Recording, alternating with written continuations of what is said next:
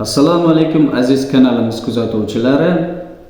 Bugun sizlar bilan o'zbek xalq cholg'u asboblaridan biri bo'lmish nay musiqa asbobi haqida gaplashamiz va qanday chalish kerakligi haqida birinchi ko'nikmalarni hosil qilamiz. Aziz kanalimiz kuzatuvchilari, kanalimizni endi kuzatishni boshlagan bo'lsangiz, albatta obuna bo'lishni unutmang. Videolarimizni kuzatishda davom eting. Nay musiqa asbobi o'zbek xalq cholg'u asboblaridan biri bo'lib, puflab chalinadigan, ya'ni damli musiqa asboblari hisoblanadi. Nay musiqa asbobi O'zbekistonda, nayinki O'zbekistonda, butun bir sharq mamlakatlarida keng tarqalgan musiqa asbobi hisoblanadi. Nay yog'ochdan, misdan, g'arodan, ya'ni qamishdan yasalgan. Hozirgi kunda o'quvchi yoshlarimiz va professional ustozlarimiz tarafdan ba'zida alyumindan yasalgan nay musiqa asboblarini ham ko'rib turibmiz. Odatda naylar uzunligi 45-52 santimetr uzunlikda bo'ladi va 20-30 millimetr diametrli silindrsimon quvurdan iborat bo'lib, nay musiqa asbobi ko'rib turganingizdek quvursimon bo'lib, bitta lab bilan puflab chalish uchun teshik va 6 ta barmoqlar bilan yopish uchun teshik va qo'shimcha 4 ta teshiklari mavjud. Nay musiqa asbobini yasashdan avval ustalarimiz demak birinchi mana shu 4 ta teshikni ochishadi. Bu teshiklarimizni shayton teshiklar deb atashadi. Bundan avvalgi videomizda, rubob haqidagi videomizda kuzatgan bo'lsangiz, xarrak va shayton xarrak deb ataganmiz. Xuddi shundayki, bunda ham shayton teshikchalar deyiladi bular. Bu nay musiqa asbobining tovush hosil qilishida va tovushlarning sifatini yaxshilashda muhim rol o'ynaydi. Shuning uchun ustalarimiz nay musiqa asbobini yasashdan jarayonida birinchi mana shu teshiklarni ochishadi va so'ng mana bu teshikni ochishadi, lab bilan puflab chalinadigan joyda. So'ngra va mana bu barmoq bilan yopib turish uchun mo'ljallangan teshiklarni birin-ketin puflab tekshirib ko'rgan holatda ochib olishadi. Nay musiqa asbobimizda lab bilan puflab chalinadigan teshigimizni mana shu tomonidan yopilgan bo'ladi, ichki tarafidan probka qo'yilgan bo'ladi. Bu nima uchun? Shamol berganimizda, puflaganimizda bu tomonga havo chiqib ketmasdan bu tomonga yo'nalishi uchun mana shu tomoni yopiq bo'ladi. Va lab bilan puflab chalinadigan teshigimiz labyun deb ataladi. Aziz kanalimiz kuzatuvchilari, diqqat bilan e'tibor bersangiz, nayda ikki xil puflash usuli mavjud. Ya'ni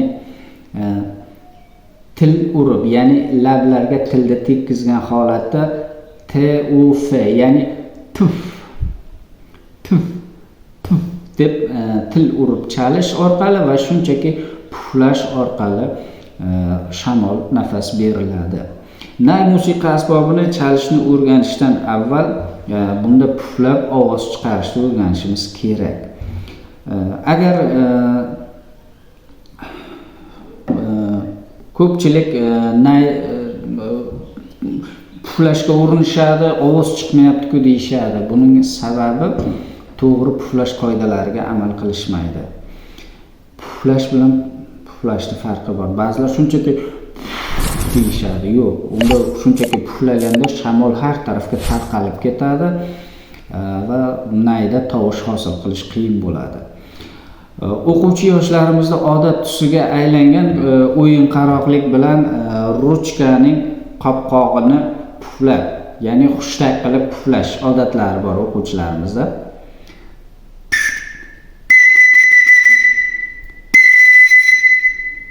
Bu nay chalishni o'rganuvchilar uchun samarali usul, ya'ni yaxshi foyda beradi. Nayning demak ruchkaning qopqog'idagi teshikka havoni qanday boshqaradigan bo'lsangiz, tovush chiqarish uchun nayda ham xuddi shunday to'g'ri tovush shamol yo'naltirish kerak. Sizlarga tavsiya bergan bo'lardim. Dastlab mana shunday mashqlarni bajarishdi.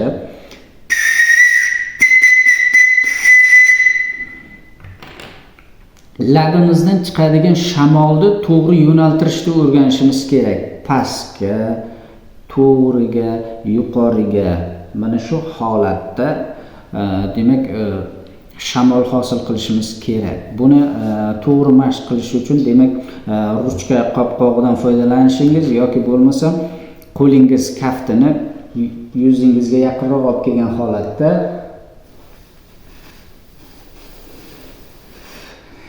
shamol qayerga yo'nalayotganini mashq qilishingiz tavsiya etiladi.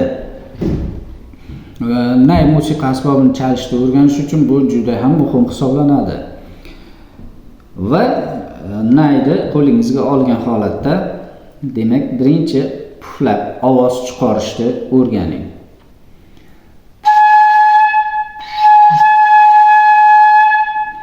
Nayda 2,5 oktava oralig'ida tovushlar hosil qilsa bo'ladi.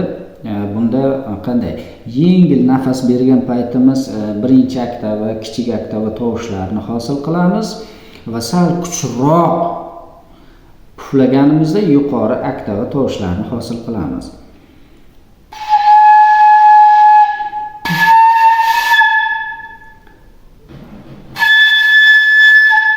Kuchroq puflasak, demak juda yuqori va jarangdor ovozlar kelib chiqadi. Aziz kanalimiz kuzatuvchilari, diqqat bilan e'tibor bering. Nay musiqa asbobini to'g'ri ushlash, to'g'ri puflash qoidalariga amal qilishingiz muhim hisoblanadi. Ko'rib turganingizdek, demak lab bilan puflaydigan teshigimiz, barmoqlar bilan yopiladigan teshigimiz va mana bu teshiklar bir xil bir chiziq bo'ylab bir xil teshilgan. Demak, to'g'ri ushlash qoidalariga amal qilamiz. Ko'pchilik o'quvchilarimizga bunday ochiqcha tushuncha bergan paytimiz kimdir eslab qoladi, kimdir eslab qolmaydi va qo'liga nay musiqa asbobini olgan payt har xil holatda ushlashadi. Goh bunday, goh bunday, gohida bunday. Nay musiqa asbobini to'g'ri ushlash qoidalariga amal qiling. Buning uchun sizga tavsiya beraman. Lab bilan puflab chalinadigan tarafni yuqoriga qaratgan holatda, demak oldin chap qo'limizni chap tarafdan olib kelamiz. Uchta teshikni barmoqlarimiz bilan yopamiz. Va o'ng qo'limiz o'ng tarafdan kelgan holatda chap qo'lning pastidan, demak uchta teshikda yopamiz. Va nayni o'ng elka tarafimizga olib kelamiz. O'ng tarafga. Yollanma puflab chalinadigan musiqa asbob deb shuning uchun aytishadi. Demak, teshiklarimizni to'liq yopgan holatda, demak o'ng elkaga olib kelib, yengil puflab tovush hosil qilishga urinib ko'ramiz.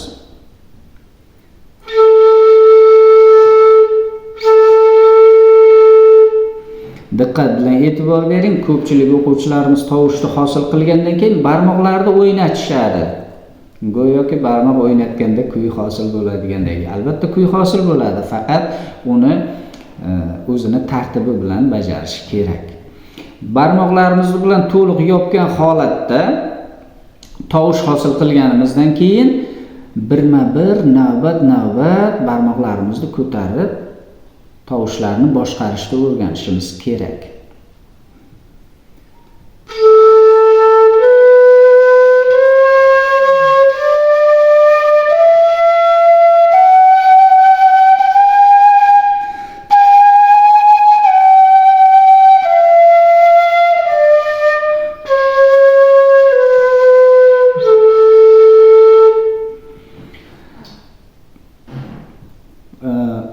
Boya yuqorida aytib o'tdik, naydagi tovushlarimizni demak yengil puflaganimizda pastga oktava va yuqori kuchliroq puflaganimizda yuqori oktavani hosil qilamiz.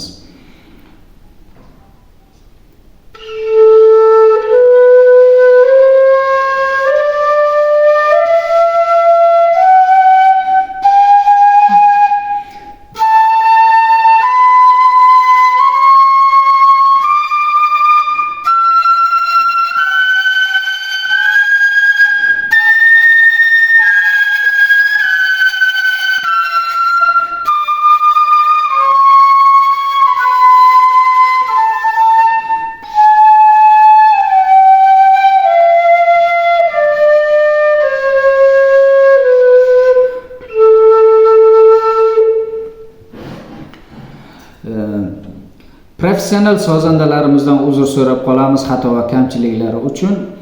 Bu videomiz albatta nay musiqa asbobiga qiziquvchi va endi chalishni o'rganmoqchi bo'lganlar uchun manfaatli deb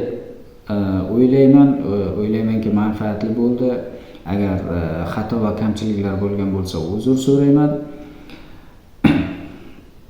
Hozirgi sizlarga aytib o'tilgan vazifalarimiz, mashqlarimiz bu juda muhim hisoblanadi.